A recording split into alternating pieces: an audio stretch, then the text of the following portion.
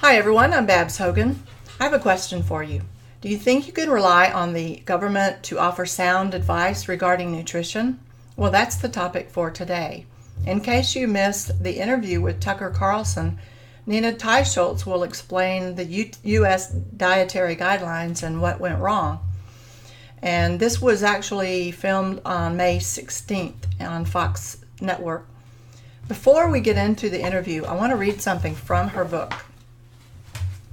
She writes, "It's possible to think of the low-fat, near-vegetarian diet of the past half-century as an uncontrolled experiment on the entire American population." Those are some strong words. Let's hear what she has to say. Well, for decades, Americans have been getting fatter and fatter, and honestly, it's probably not good past a certain point. How did this happen is the question. The government, as you know, has been trying to improve our health for an awfully long time. They issue dietary guidelines, and if you follow those guidelines, you get thin and healthy, right? But one writer who looked carefully at those guidelines has concluded that they made things worse because they were wrong.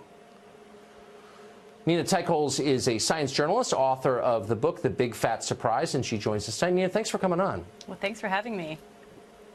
So this seems like one of those stories that everyone would be talking. It seems like a scandal, a big scandal.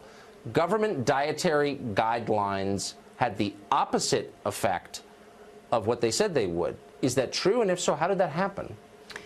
Well, it's obviously a controversial subject, which is why maybe you don't hear more about it. But, you know, the reality is that obesity in America was continuing along at a very kind of reasonable low rate until 1980, and then it turned sharply upwards. What happened in 1980? In 1980 is when the U.S. government launched the U.S. dietary guidelines for all Americans. And those dietary guidelines basically told everybody in America to eat over 50% of their calories mainly as grains, right? Grains fatten cattle. And it turns out that eating 7 to 11 servings of bread every day, which is what we've been told to do, is also proven to be fattening to Americans.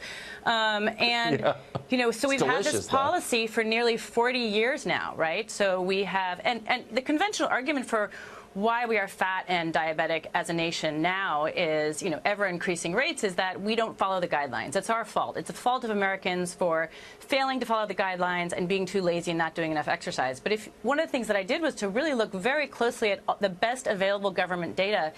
And what you see is that Americans have actually really faithfully followed the guidelines in every single category you can look at. You know, red meat, since 1970, red meat is down by 28%, animal fats down by 27%, butter down by 9%, whole milk down by 79%.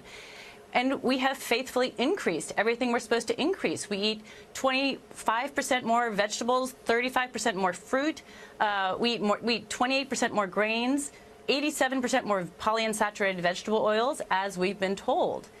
And on the exercise side, now more than 54% of Americans meet the government's physical activity guidelines, which is up from about 44% in 2005. So, in fact, Americans are doing a really good job. They're exercising more, and they're eating in every category. They followed the instructions. They're following the instructions. But the instructions are wrong. Well, amazing. Nina, thank you for that. Well, I mean, that's just like, unfortunately, we're out of time, but you summarized it perfectly, and maybe we should rethink the next set of instructions we get. Well, thanks a lot. Thank you for having me.